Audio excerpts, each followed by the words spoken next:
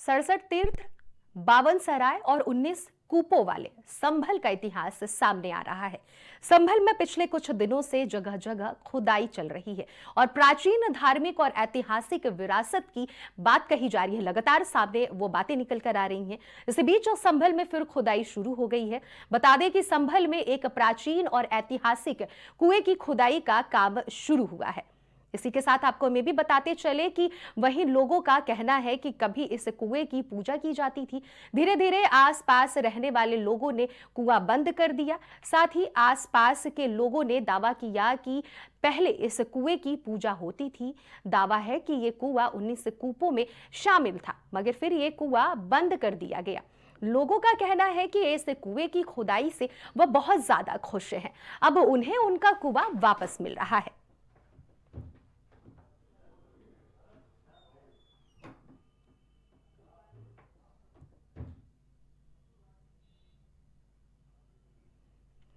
तो आपको बता दें कि इस पूरी खबर पर ज्यादा जानकारी लेकर हमारे संवाददाता अब्दुल हमारे साथ जुड़ गए हैं।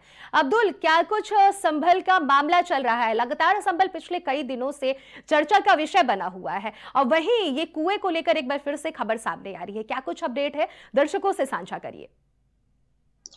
जी अर्चना, बिल्कुल उत्तर प्रदेश का संभल पिछले कई दिनों से सुर्खियों में बना हुआ है और सुर्खियों में बनने की इसकी कई वजूहात हैं। माना जाता है कि संभल एक प्राचीन नगर है और ये ऐतिहासिक धरोहर है और यहाँ पर रकबे के एतबार से ये जरूर छोटा हो सकता है, लेकिन ये जो ऐतिहासिक धरोहर है वो कदम कदम पर आपको मिल जाएगी। यही वजह है कि पिछले लगभग 10 दिन से लगातार जो ऐतिहासिक धरोहर है उसमें तीर्थ स्थल हो, चाहे कुओं के मिलने का सिलसिला हो, चाहे बावड़ियों का है, चाहे गलियारों का मिलने का सिलसिला, लगातार ये जारी है।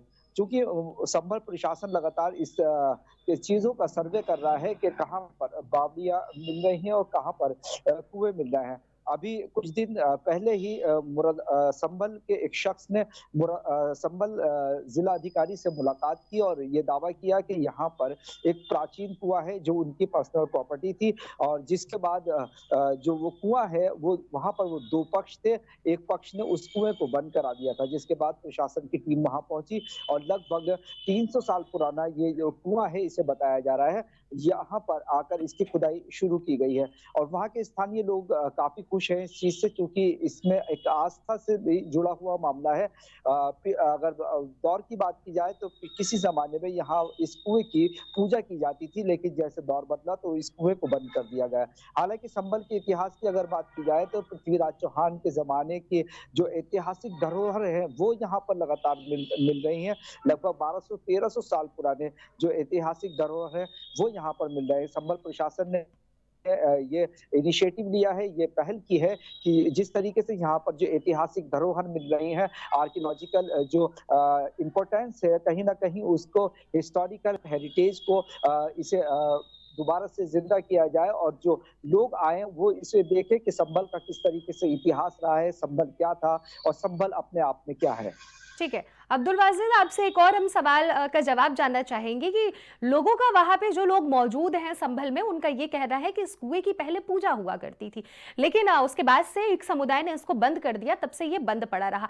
पूजा का जिक्र आ रहा है, क्या फिर से अगर ये कुएं की खुदाई हो रही है तो क्या ये भी आशंका जताई जा सकती है कि उस कुएं के अंदर से धार्मिक पौराणिक या फिर यूं कहा जाए हिंदू धर्म से जुड़े कुछ ऐसे मूर्ति भी निकल सकते हैं? ये भी आशंका जताई जा सकती है या फिर सिर्फ और सिर्फ कुएं की खुदाई होगी, उसके आगे क्या कुछ होगा?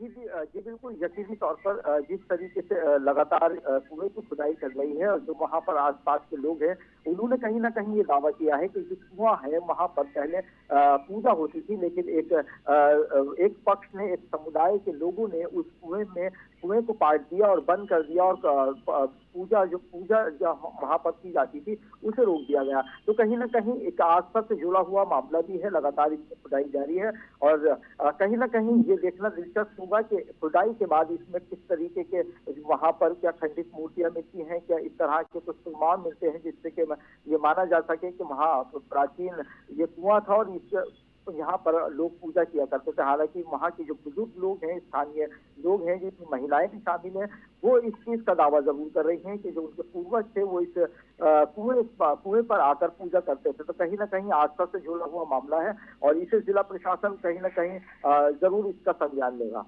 ठीक है, बहुत बहुत शुक्रिया अब्दुल वाजिद, आपने तमाम जानकारियां हमसे साझा की, इसके लिए बहुत बहुत शुक्रिया।